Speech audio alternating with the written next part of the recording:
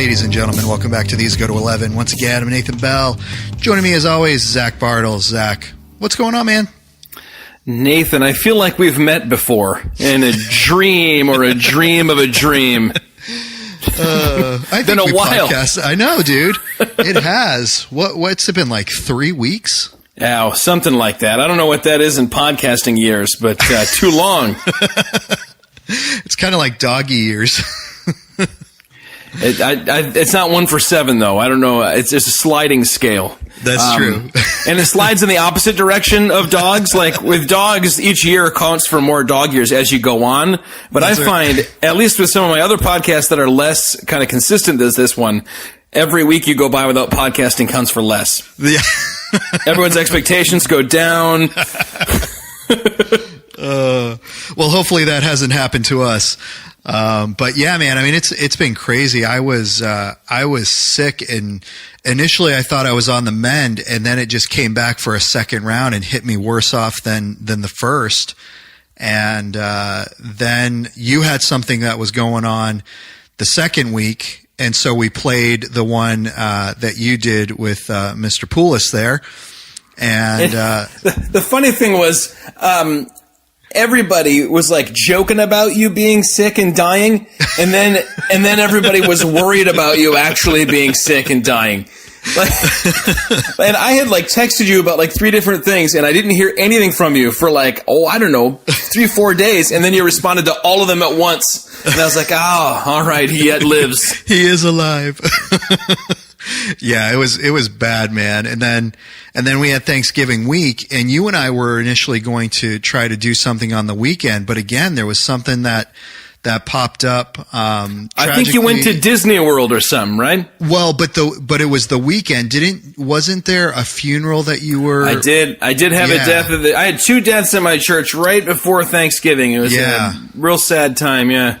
Yeah, so we were going to try to do that weekend, but then you had the 2 deaths, and then I went away to Disney for the Thanksgiving week, and here we are, man, week after Thanksgiving, ready to rock and roll it. And if you had any, like, I don't know, plantar's warts or diarrhea in Disney World, it's not because every time I saw one of the pictures of you in the sun while I was up here, I sent negative vibes your way. That didn't happen at all. You weren't hexing me or cursing me. Come on. No, this is a hex-free zone, my friend. It's a safe space. Oh man. But you've been up to some stuff since we've been away, and you've been Zach, I feel a little bit like you've been cheating on me. With some other podcasts you've been doing, but that's okay. I'm secure. You're the mistress in this situation. You're a late addition to the harem. You know. You knew what you were getting into. You were like the 3rd girl that like got in with Tony Soprano. She was never telling him leave your wife. She was just happy to get like some diamond rings every once in a while. That's right. I don't know how far I want to take this. I'm starting to feel weird. But dude, I want to give you some time to plug some of the other podcasts, particularly one you were telling me about before we went on air. So go ahead and talk about that one a little bit. Oh, I need something in between this and that to get away from the harem thing, because it's an older lady at my church. Okay, why don't we go ahead and why don't we do our plug for Missional Wear first? Yes, there we go. Okay, so dude, have you actually been on Missional Wear recently? I haven't been on in at least 3 weeks. No. Okay. Did you see, because I think they had them on 3 weeks ago. Did you see the ugly Christmas sweaters that they had on there? Oh, yeah. Yeah, they had a couple of those last year, and then I think they added one for this year, too. Those look great. Yeah. So we're going to go ahead and do a plug for that. You know, we've got, dude, I mean, 4 weeks until Christmas? I mean, it's coming right up around the corner. And so, you know, Missional Wear always has great stuff. They're always adding to their inventory, which is nice too. It's not like you go on there and you're seeing the same things. They're always adding new things. They're always, you know, making unique twists on things. And right now, the thing that caught my eye was those ugly Christmas sweaters that they have. And so I think they had Spurgeon on there. Did they have, was it Calvin and what was the other one? I can't remember. Rachel Held Evans.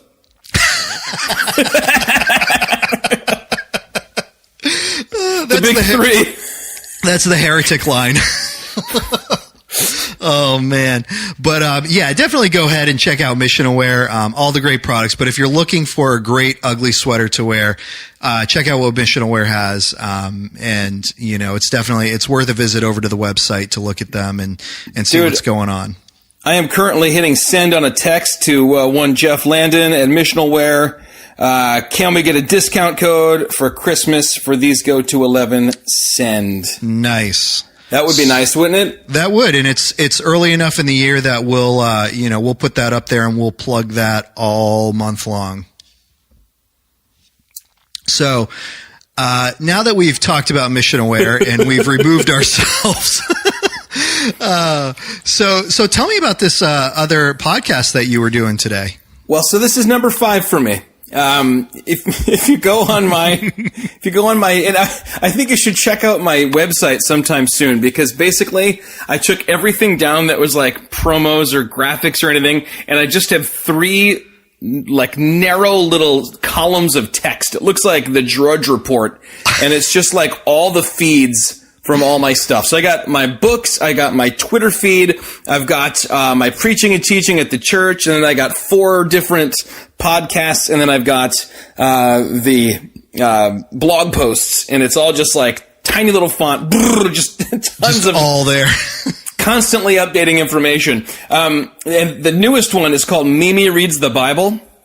And it's this awesome older lady at my church, and I don't know if she'd be down with me describing her as older lady at my church, but she's in her 60s, and she is from New Jersey, and Nice. She's got a background in like theater and drama and stuff. And she got up one day. At my church, I don't know about at yours, we have different people read the Bible, like month by month. Different people will have, we used to call it pulpit supply or pulpit duty at my old church. We call it lay leaders. Okay. Or lay assistant. Yep. So they'll do the prayers, they'll do the announcements, you know, and so you have different faces. So she's newish to our church. She's been there about a year and a half. First time she gets up, she reads the Bible, and everyone's like, that was awesome. Because first of all, she's the way she talks, and then also she's got all this emotion and all this range to the way she read it, and it was, a narrative text, so it was, there was a lot of room for that.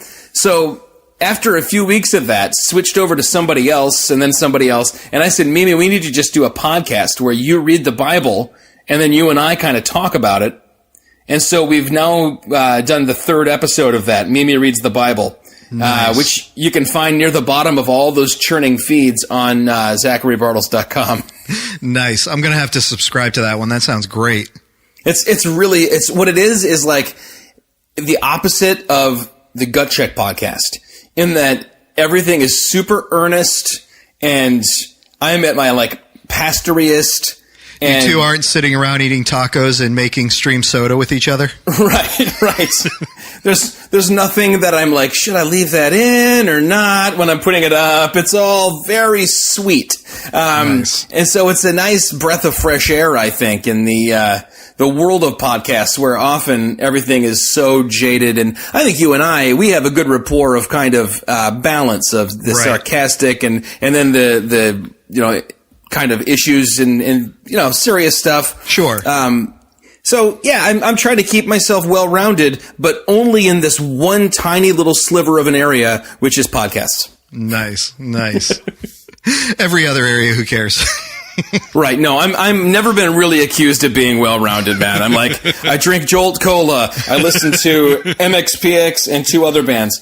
Oh, dude, this thing that I'm going to send you, this audio, it keeps clipping the little peak thing. I'm going to turn down the input level. Okay.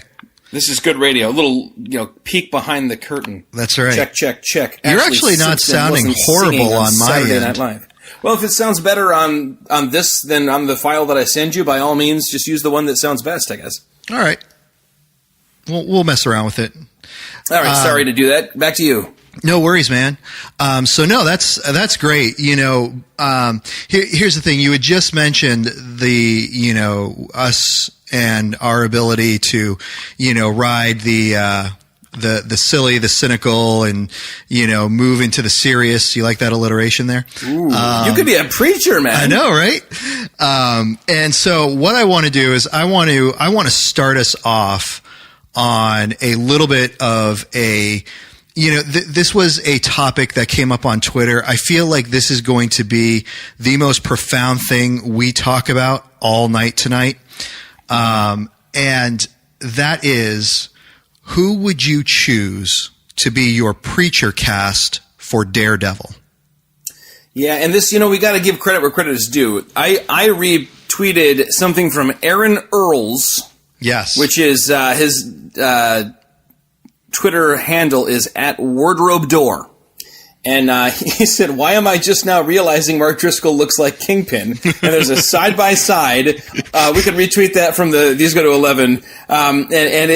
Obviously, D'Onofrio as Kingpin is a lot heavier, but like the look in their eyes and right. there is a similarity.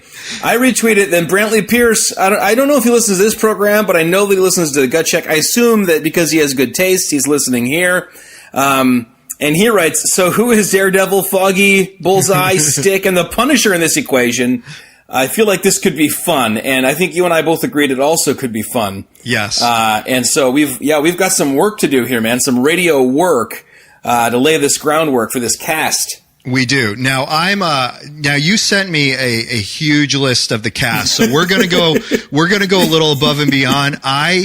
I will say I did more than 50% for my cast, but I do have some unanswered ones. And so let me ask you, do you feel like I have too much time on my hands?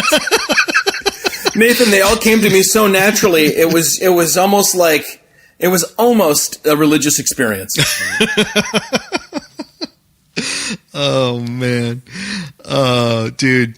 All right. Let's get into this because I'm curious. Let's start. I'll just go down your list. I have your list here. So I just want to go down your list here. Matt Murdock. Right. Who do you got for Matt Murdock? I think that there is no coincidence in this world. There are no accidents. And I don't think it's an accident that Matt Chandler shares a first name. Yes. Are we on the same page? We are on the same page. That is exactly who I have. Yes. I can see him, man. I can see him playing blind. Yes. I can see him, in the hallway fight scenes going from, you see, he's got the little smile, helpful, friendly lawyer face. And then I can see it just hardening and the vigilante coming to the surface. Absolutely. And he's got like that kind of slender build too, that lends to it. So yeah, that was the first one that came to my mind was Matt Chandler. That is perfect. That's great. All right, man. We got the next one here. Karen Page. I thought that Summer White was the natural choice. Or she got married and is now like Jagermeister. So, James White's daughter who does Sheologians. You familiar with her? I'm not. I'm not as familiar with and this is, to my shame, I'm not as familiar with the female Reformed community. You should check out Sheologians. I think it's one of many things that I actually am somewhat into that is actually kind of geared toward a female audience. But hey, if I enjoy it, I enjoy it. But she and another young lady do a kind of theology, politics, culture kind of podcast that's often quite irreverent in a very fun and reverent way. Okay, that makes any sense. I wrote that down, so I'm going to definitely check that out. Did you have one for Karen, or was she I did, but it's literally like the only female I know in, that kind of Beth Moore. See, she came to my mind, and then I thought, now I got to be careful how I talk about her appearance after that scathing letter, which, by the way, I thought was so ballsy and so cool. Oh, yeah. I know a lot of guys in our kind of corner of the church are anti-Beth Moore, and I can't figure out why. I think she's super cool. Yeah, I agree. And she came to mind because she's got a similar kind of frenetic kind of thing to her. Right. And she's very pretty and blonde, which matches Karen on the show. Mm-hmm. But then I Googled, I knew she was older than I thought she was. Yeah. And I'm like, Karen's like 28 or something. And I Googled, and Beth Moore is, get this, 61. I don't know what she's doing, what's in the water where she lives or what, but good grief, I would not have put her a day past 50. No. Yeah, 61 years old. So yeah, I said I'd put her as an alternate, if Summer couldn't do it. Yeah. Okay, fair enough. All right. Foggy. Now hold on before we move on. Okay. Is there any? Now the first one we had kind of a connection. Is there any connection that you had between Karen Page and Beth Moore on the kind of character level, not just appearance? This person could stand in and read the lines. Yeah, I mean, I think to a certain extent, from what I've seen of Beth Moore, like she has that kind of personality that almost seems a little stand backish a little bit, but when she's up front and she's kind of in the spotlight, she really takes over and has a presence. And I feel like, that's kind of Karen. Like when she's around some of the more, larger players, it's almost like she's kind of back a little bit, but when it's her time to shine, I mean, she's out there and like hitting it hard. She's grabbing the gun and shooting, spoiler alert, James Wesley like 7 times in the chest. Yeah, exactly. So to speak, in a metaphorical sense. That's right. Yes. Yeah. Oh, man. So, yeah, that was kind of the connection that I saw there, too, with that. All right. For Foggy, and I know this might be controversial. Okay. One person only came to my mind, and that would be one Stephen Altroghi. Oh, Trogi could be Foggy any day of the week, man. Okay. Now I had D.A. Carson. So we're going with maybe an older mentor type Foggy, like kind of a little bit of a twist on the plot. A little bit, but I was thinking also too, like that look, he's kind of got a little bit of that like rounder face to him, and so I was more going for the look than the personality. I got you. Yeah, or the age. Yeah, exactly. Or the age, I do see the connection. Now, do you remember, you may not, and I won't take it personally, but do you remember a book that I wrote with Ted Kluck called Kinda Christianity? Yeah. I had a illustration in that in which the emergent church was kind of the Batman, the assumed Batman character, and there was a rogues gallery of people that they very much disliked, each one answering to kind of a Batman villain. Okay. And in that one, so the emergent symbol was going up into the sky instead of the bat signal. And fascinating. And I don't remember who they all were, but I think up on the top of a skyscraper was those 2 silhouettes of guys that are from the cover of Why We're Not Emergent, right? That were like KDY and Ted, and then there was Mark Driscoll was Two-Face, and I think that fit because he had started off Emergent. Yeah. And then became Reformed, and now I don't know what he is. I guess he's like kind of charismatic megachurch something. I still follow him on Twitter and think he's kind of awesome. But and then there was D.A. Carson as the Joker. And I feel like I mean I'm not an accomplished artist. I just dabble for fun. Right. I'm good enough for gut check books, but I feel like that may be the best single piece of visual art I ever did. It was like a combination of that Heath Ledger Joker picture that y'all see all of the posters of, where he's looking right at you, and the very famous, on the back of every D.A. Carson book. So it was nice. And so when you say D.A. Carson embodying Foggy, I think, I can see it. But I also could see him going the other direction and being one of the bad guys that these guys got to take down. He's got something crazy behind his eyes. I've seen him preach a lot of times, and he's not like a man of moderation. Right. Oh man, that's funny. All right, this next one may surprise you, but I went for this one based on what I thought was like the personality. And so I'm going to let you go. All right. So Frank Castle, who do you got? Right, I said J.D. Hall. I thought that was a no-brainer. I had John MacArthur. Oh, could you pick 2 different guys? My thought was J.D. Hall is skinny, similar almost looking, and got that like I might murder anybody at any moment kind of vibe about him, and bragged about and posted pictures of on Instagram, like having a shotgun under the pulpit. Yeah. Remember that? So that, someone's going to come in here and try and cause trouble. I'll blow them away and finish my sermon and then call, whatever. So that was my thought. But walk me through kind of the thought process for Johnny Mac. So I'm just like, to me, like, it's funny because, I feel like there was one point earlier in, so much earlier where he had this, more, calming kind of lilty voice, and then there was like this sudden change that happened, and everything he started driving home, like his voice started getting a little deeper, and he just became so much more kind of in your face and outspoken about things, and so that was just kind of my thought, was that like kind of switch that had happened with him at one point. The strange fire switch that got flipped. Yeah, exactly. You know what else I see there is, like, I know he's got white hair now, but here's the thing. The Punisher, according to canon, the comic Punisher, I think they haven't retconned him. He still is a Vietnam War vet. So yes, probably this guy's the right age. The fact that he's got the pompadour with the widow's peak, you dye that guy's hair black and he's a dead ringer for Frank Castle. Absolutely. He's kind of got like, that sport build too. So he's like, I mean, I don't know now, but I think, didn't he used to be like a huge, like, football player or something like that back in the day? And yeah, he can leg press 800 pounds. Oh, wait, no, that's Pat Robertson. Oh, dude, man. I love that, man. I can see him. You just get the white skull on his chest. Absolutely. Maybe like a scar going like down, like through the eye. Not the eyeball, but you know what I mean? Like one of those scars that goes like down the whole face, over the eye. Yep.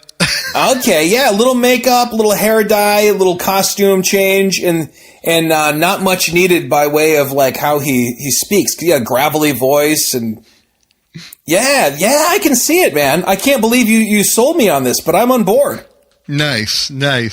Maybe what it is it's we have like modern day Punisher, which is D.A. Carson, and then there are flashbacks to when he was younger in Vietnam and afterward, and that's JD. And I mean, I don't think the two would work well together, but we filmed their scenes separately. That's right. Oh man, I'm interested on these next two, who you've got. Now the next one that we're doing, I chose, mostly on the look, and that's Poindexter or Bullseye. Uh-huh. So I've got Tim Challies for that one. He's got like the younger face, but he's got like that silvery hair. The kind of graying hair. And so that was my thought, was just kind of the look. You take away the glasses, and to me, like he's almost right there on the look. All right. Now I chose it more on, the ability. Okay. Only you'd have to sort of flip it and make it more ironic. I thought a good Bullseye would be Tim Tebow. Only this Bullseye, he actually lands less than 50% of what he throws. So he's maybe an early Bullseye. I don't know. He's just starting out. My alternate would be also based on look, maybe a little Justin Taylor. Okay. All right. I could see that. He doesn't have a dead enough eyes. Yeah. But if you could somehow like de-kind his eyes, he could, or who would even be better? Who's that? Joshua Harris. Oh. Right? Dude. He's got kind of a Bullseye vibe. Yes. In fact, I retract my other two, and that's who I'm going with. You go with Josh Harris? Okay. I know a lot of people are making official lists at home, with pen and moleskin. And we want to hear from you people. Like, we want to hear what your lists are too. So you got to hit us up on Twitter and Facebook. All right. Especially a couple of these guys who weighed in on Twitter already. Yes, absolutely. We want to hear the full lists. All right. So next up, I'm going to be interested to see if we match on this one. We might. All right. Father Lantham, John Piper. See, I was thinking about that, but I chose Piper later on. So, okay. So I couldn't have him, although he could probably play two roles. I mean, he's that good. That's true. I was thinking along the lines of who's like on that contemplative, like quasi-Catholic line, end of things. Yep. And I first said Dallas Willard, but then a quick Google search told me he'd been dead for 5 years. So I'm kind of up in the air between Richard Foster or Walter Brueggemann. Okay. I could see either of them spouting this kind of, I mean, really, I loved the character and I loved the positive portrayal of the church, but not much that guy said made any sense. He was like the priest in Boondock Saints where you're like, wait, did you even go to seminary? Like, what? So I think I'm going to go Brueggemann because I'm going to go Foster. I like the beard. I feel like that was one thing Father Lantham was missing was a little beard. Was the beard. Okay, fair enough. But Piper, I mean, can you imagine how dope Piper would look with a clerical collar on? Oh yeah. Well, and that's kind of where my mind went, was like not necessarily the theological part, but just that, okay, this guy's been around for a while. He's got some wisdom to spread and, some mentoring to do. Actually, I had an alternate too. It was either going to be Piper or it was going to be Keller. Keller was going to be my alternate for that one. Ooh, I like Keller better than either of ours. So. Yeah. Now, I feel like Piper's weakness here is that Lantham was so stoic. Yes. And Piper's such a complete spaz all over the map. Like when he starts, he's like the Keegan-Michael Key of preachers. Like he can't not move his body all over when the truth and the spirit start pumping through him. Yes. It would be a very different take on that character, but I feel like Keller's equally stoic. Yeah, I agree. I'm going to change that one to Keller. Official list, it's Keller. Official These Go to 11 cast. That's right. when Netflix undoubtedly makes this. Netflix is, it's going to be, what's that like Christian version of Netflix with all the like super drama type things? Oh, the, GodTube or I don't know. Yeah. Or one of those. No, PureFlix. PureFlix. PureFlix is totally going to make this. You and I are going to get executive producer. Oh, dude, that would be hysterical. All right, I'm really excited to hear if you came up with anything for the next one, but I fear this is one that you didn't. That is correct. I did not. Because you mentioned you didn't do many of the ladies, and maybe you were just a little bit worried about what it might say about you and how it would open you up to people's criticism, but I don't care.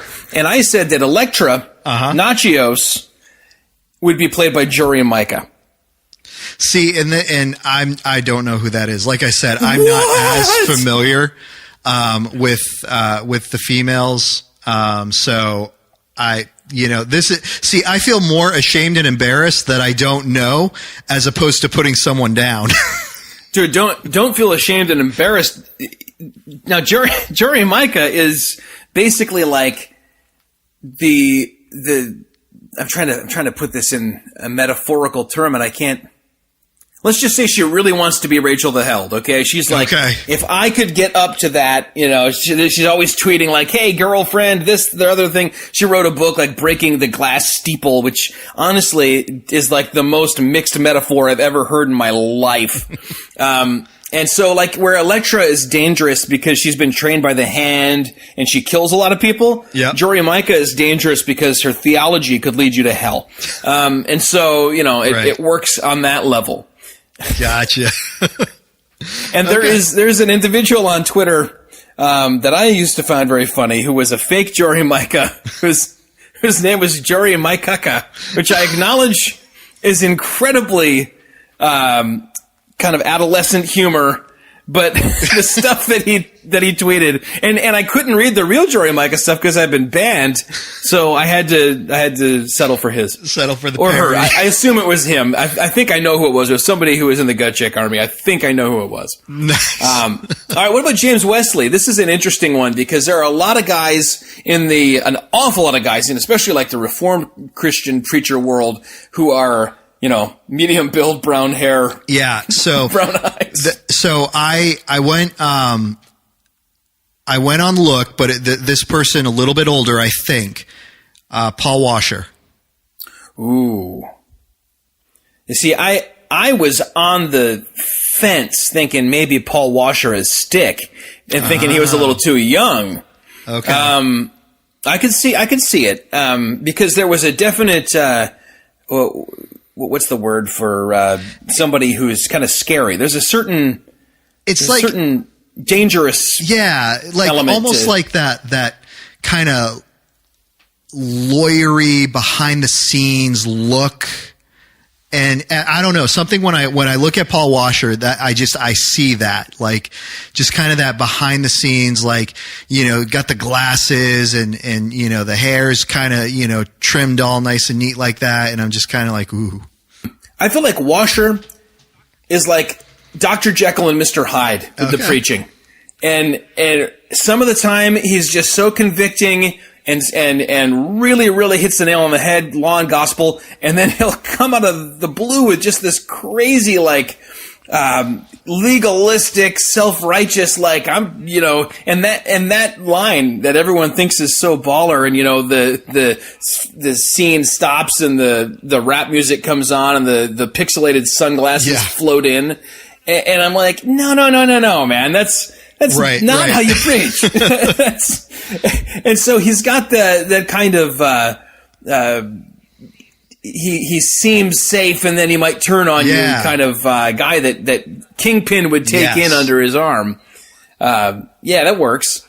I said for James Wesley, Jonathan Acuff. I went a little broad there. Now walk me through that one. I don't know. Okay.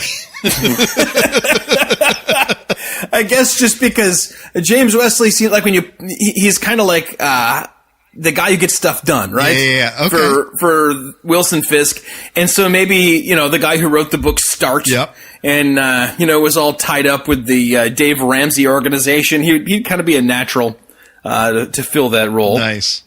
Okay, that's fair. Very cool. All right, Ben.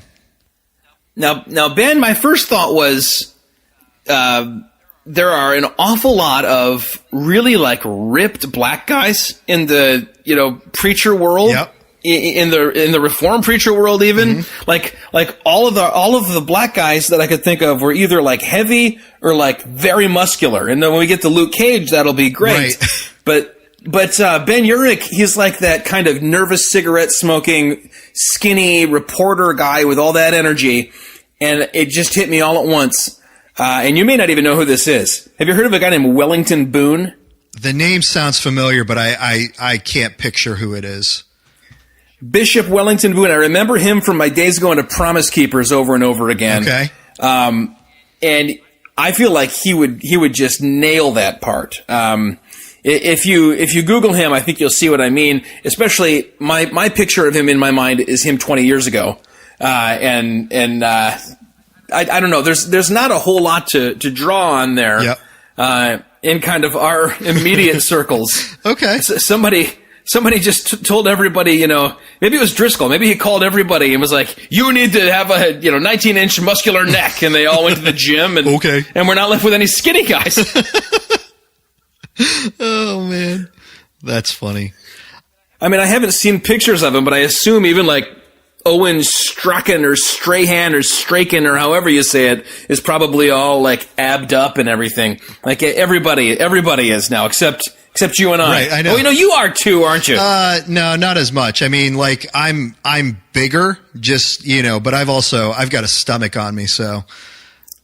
Yeah, that happens. It does. I'm working to try to get rid of it, but it goes away slower as you get older, unfortunately. Oh man, I've noticed, dude. I used to every other year be able to be like, all right, for the next 3 months, I'm counting my calories and I'm running on the treadmill and I'm playing racquetball and I'd make these spreadsheets because I'm a nerd, and it would start at 221 pounds, and then it would just go like straight down at a 45-degree angle. Yep. Until I was like, yeah, that's where I want to be. That doesn't happen anymore. Not at 40. Nope. Oh, man. All right. So for my Ben, I've got, and I'm going to walk you through this because I actually, this one I was thinking about a little bit. I've got Francis Chan. Ooh, I don't need much convincing, but yeah, I'd like to hear your thought process. So my thought process is, you've got Ben who really, he starts off as this big figure, and then he's killed, but it propels a lot of other people to continue going. Now, Francis Chan obviously hasn't been killed or anything, but... Oh, for a minute there, I was really worried. But what you've got Francis Chan, who seemingly, he was always out there and out front, and then he decided to kind of step back. But before he took those steps back, he put out his book and all that stuff, and like it started propelling a lot of other people to continue with this message. And so, now, I mean, he's kind of out there, but really, it's a lot of other people kind of continuing on the work that he had started. So that was... So they share an arc, you're saying? I think so. That's deep, man. That's deep. Now, I think that I didn't include Nabu, the ninja, on the list because really the only contender would be Francis Chan, and it would feel racist. So I'm glad you plugged him in somewhere unexpected. That's nice. Oh, man. So, all right. Now, I did get someone for this one. Sister Maggie. Okay. Sister Maggie, which, by the way, was probably my favorite character in season 3. Yes, I agree. And I chose Elise Fitzpatrick. Okay, now I'm the one who's over here going, I'm not quite sure who that is. I'm a Google now. Okay. So Elise has been around, for a number of years, but she's, all about kind of breaking out of the mold, and, she's got her degree in counseling, so, she works with talking with people, and but very, very unconventional and untraditional in the way you would think about someone dealing with people and how they handle them and deal with them. So, is this an author? Yeah. Yep. She wrote Give Them Grace, I believe. I mean, she's written tons of books, but I think her most famous one is Give Them Grace. Give Them Grace, Good News for Weary Women, Rachel's God. Okay. Now I'm going to have to look into this woman and familiarize myself with her work. That's a little bit that makes me feel sheepish. Especially since I came into pastoral ministry after like nearly a decade in the world of Christian retail up at the national level, Oh, yeah. Puppet mastering all these databases full of stuff. All right then. Well, thank you for broadening my horizons. And I hear you right there, someone with a counseling kind of a vibe, because her role was continually listening to and often trying to kick out Matt Murdock. Yep. Who, spoiler alert, just kidding, I'm not going to spoil anything. So who did you get for that one? I thought Karen Swallow Pryor, only on, and she's not old enough to be how old she'd need to be for that part, but only on the kind of basis of I could see her in a habit, and I could see her being the kind of quirky, like traditional, but in a different way. You know what I mean? Like because Sister Maggie was a nun. She was traditional in that she lived in the convent, wore the full habit most of the time, but did not talk like a nun. Yeah. Very much, called people on their bull crap and probably didn't even call it bull crap. Right. She was one of those, she was like I don't know, I'd say a kind of edgy nun. So, yeah, I thought Karen Swallow Pryor maybe was about as close as we could get without, I wouldn't want to put someone in there.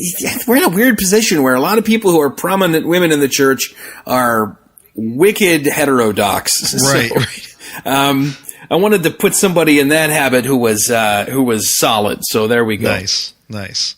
All right. Now I did not get someone for the next one, and that is Claire.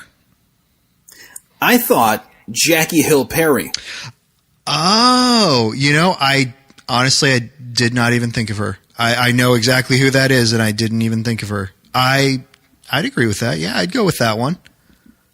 I'm down with that. I really like Claire, and I was really bummed when in a couple of recent seasons we didn't see her at all. When she had been what tied everything together. Yep. Yeah, I agree. I was disappointed with that as well. I thought she should have had a better role. She should have even had a role period in Daredevil 3. But yeah, I agree.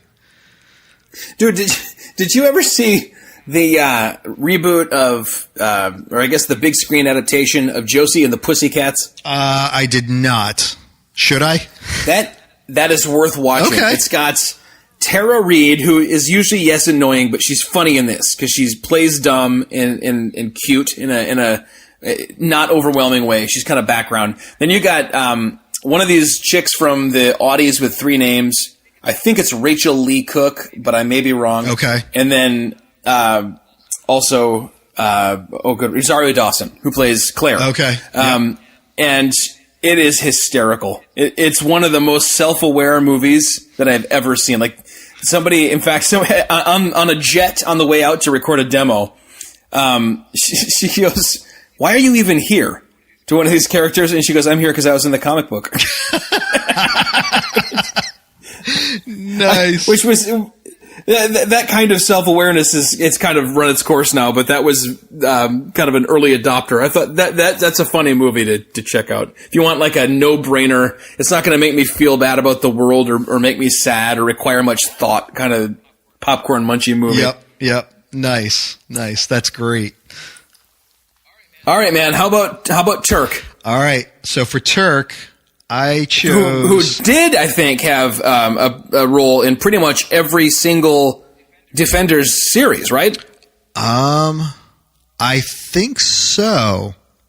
I'm trying to remember. Yeah, I think so. He was even in the Punisher season 1. Yep. I think he's the new glue. Yep. All right, who'd you choose? Sorry. I chose Thabiti. Okay. See, Thabiti's so muscled up, though, right? Yeah. Or am I thinking of Vody Bakum? You're thinking of yes, you're thinking of Vody. Yep. Yeah. Thabiti's more like thin and like okay, he's a little more stately, and he's got that gray going on. So yeah. He'd have to really kind of dig down deep to find the raw materials to play this kind of slimy street hood, but I mean, who's to say what he's capable of? That's right. Thabiti got in huge row with somebody recently, and I don't remember who it was, and I don't want to, but I remember thinking, based on that interaction that I saw on Twitter, that was the day I realized, I'm now done. It was him and Phil Johnson over whether, one of them knew what the gospel. I don't remember who took the pot shot at who, but I was like, at this point, I now no longer enjoy watching these blow ups between people. And it was such a good feeling because I had wanted to not enjoy it for so long. Right. That when it finally happened without really even working on it, I was just like, oh, that's so nice.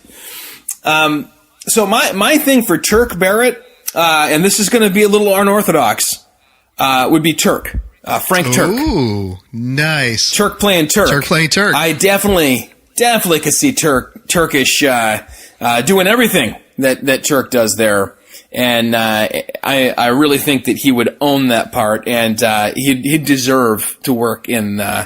He knows the material well enough. He'd deserve to work in that space. Nice. Yeah, I could see that. All right, man. I've been looking forward to this one. Who do you got for Stick? I'm going to point out before I say my pick that somebody, hold on, I got off of Twitter to go to EliseFitzpatrick.com.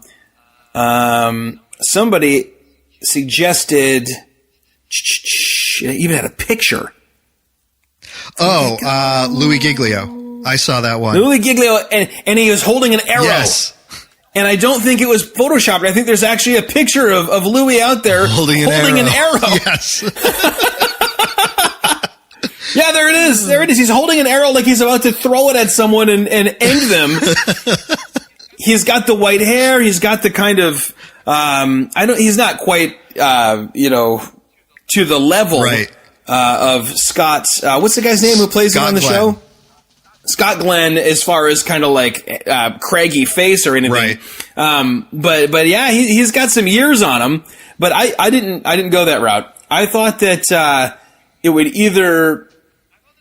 be Piper. I really feel like Piper has the gravitas. Yep. Where you believe him as quite old. Yep. He's got white hair and thinning, very thinning, and I've seen him sit very, very still, and that's what you get with Stick, right? Very still until he strikes. Yep. And then that's when Piper whips out all those crazy sermon hand gestures and just starts knocking people down with them. Nice. All right, I've got Alistair Begg.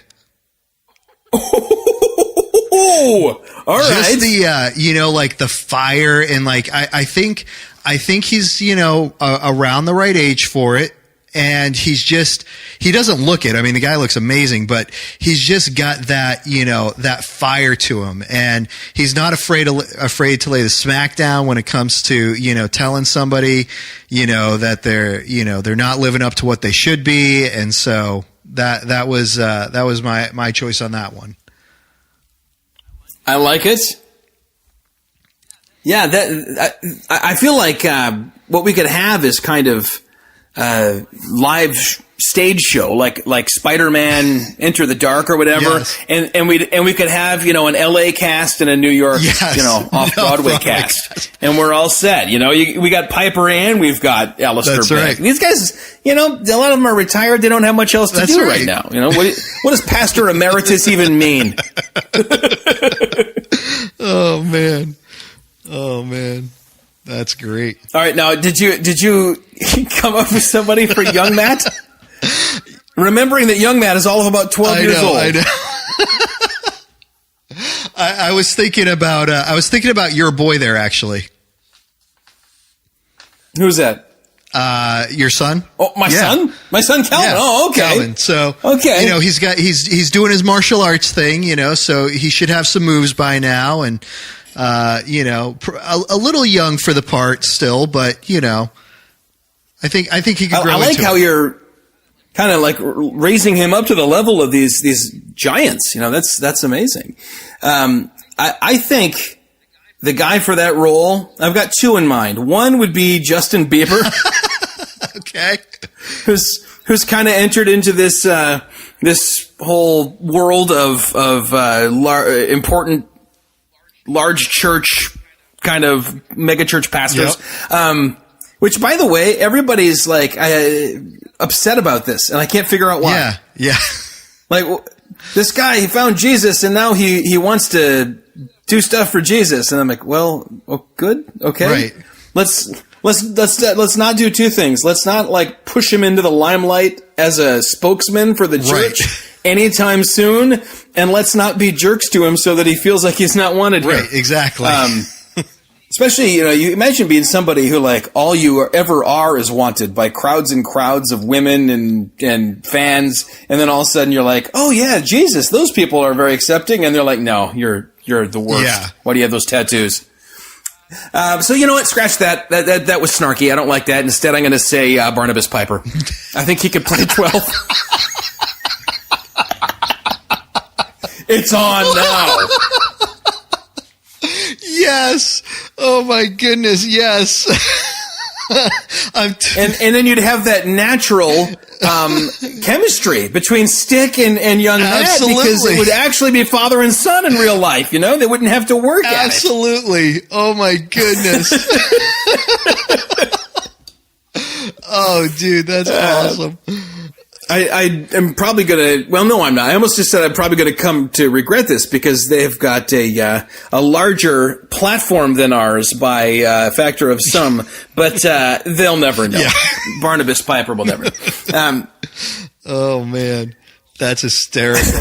All right, dude, we've got... Now, the bonus round, the lightning round, did you get to those? I did. I got to 2 out of the 3. All right, dude, you didn't just do half of them. You did all but like a couple of them. You owned this, man. Well done. Thank you. All right, we got Iron Fist. All right, what do you got? All right, so I'm thinking like the real Iron Fist, not the Iron Fist that was portrayed in this Marvel universe. I'm thinking Ravi Zacharias. Ooh. That whole like Zen, quick answer and response for, whatever somebody throws at them. He's got that wisdom that comes out of him, just naturally flows. So that's good. In this universe, is Ravi not Davos?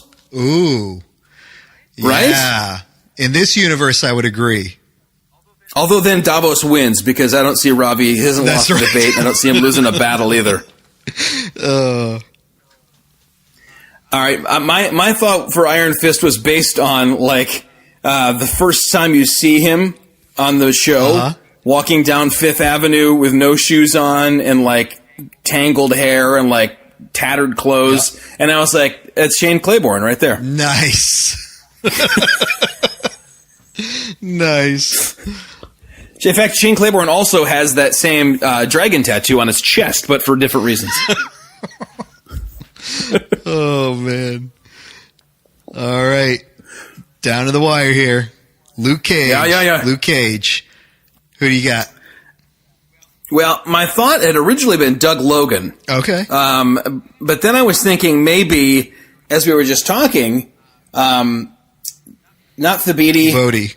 Who's the other guy? Vody. Yep. Vody Bakum. Yeah, that guy's definitely, they wouldn't have to have him do any special prep work, exercise-wise or anything to put on muscle mass.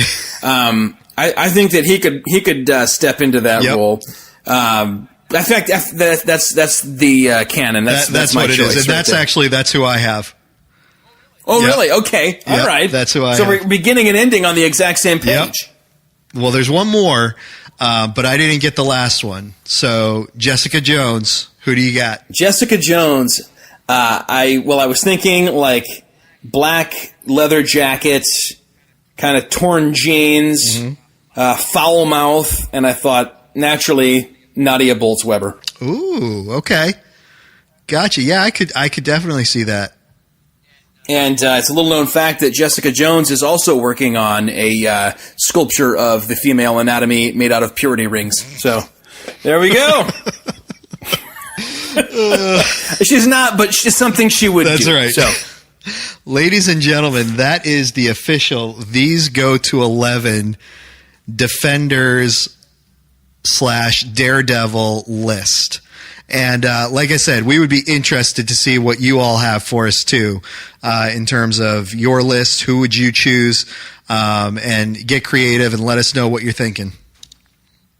I guarantee there is somebody who is going to say, "How did you not see X?" And we're both going to be like, "I don't know. You're right, and we are absolutely wrong and negligent." Well, I could tell you how, I absolutely didn't see it because I, did this an hour before we started recording. Me too. Oh, man.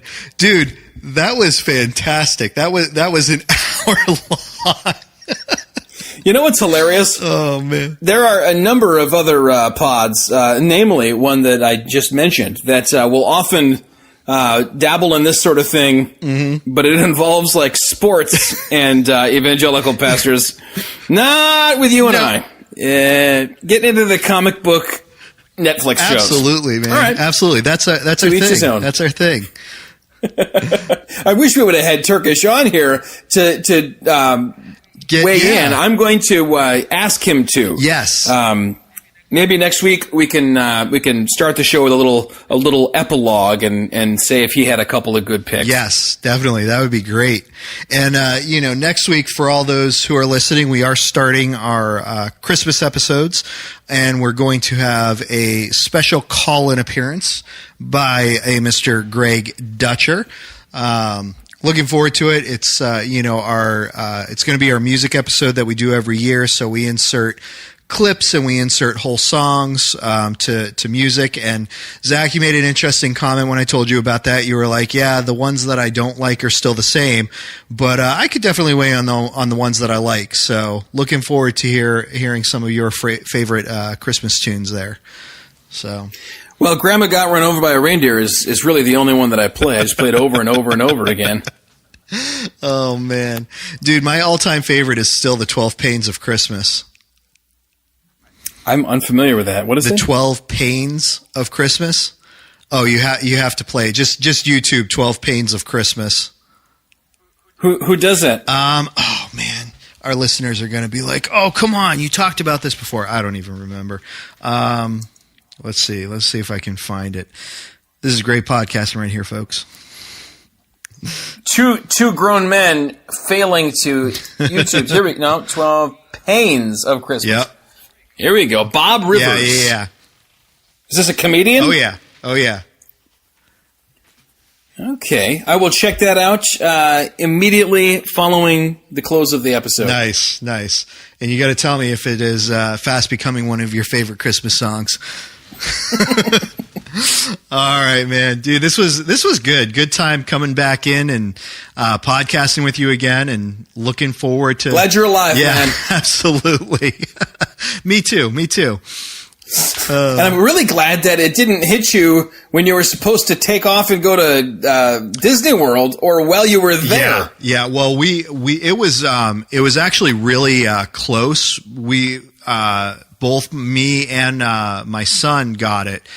And my wife and I were looking at each other. I was getting over it as we were about to go, but he was still kind of on the fence with a lot of things, really not feeling good. And we just kind of looked at him and were like, "Bud, this isn't a punishment or anything, but if you're this sick, come Sunday, the day before we were going to leave, we've got to cancel the trip, because we're not going to put you on a plane with a bunch of people and get them all sick like this, and then there's no way you're going to be able to go down there and do it." So, I mean, we were getting ready to call it off, talking about it. It was coming down to the wire, but Sunday he was feeling a lot better, and then Monday, the day we were leaving, he was like, "No, I feel fine now." So, we ended up being able to go, which is nice, because that's a little bit of change there.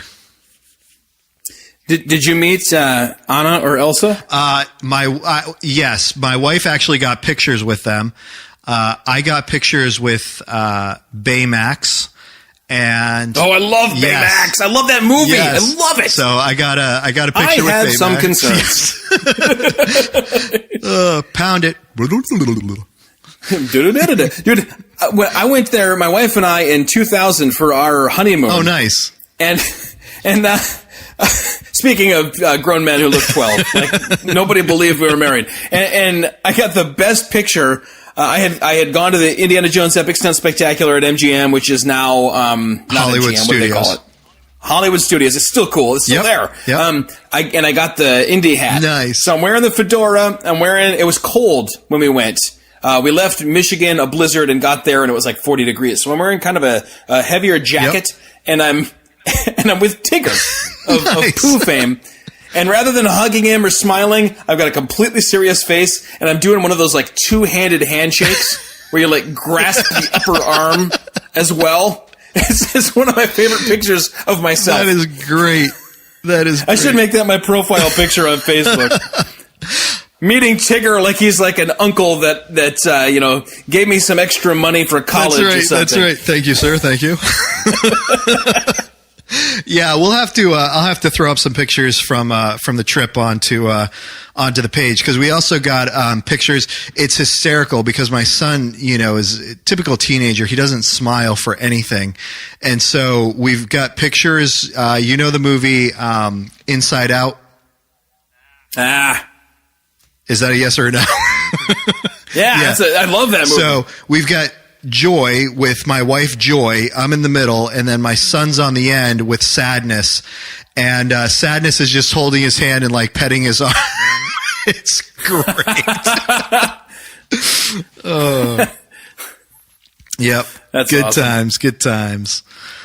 All right, man. Well, good time with the episode. Looking forward to airing this one. And we're going to go ahead and sign off. Zach, we just rocked the Casbah. Please go to 11.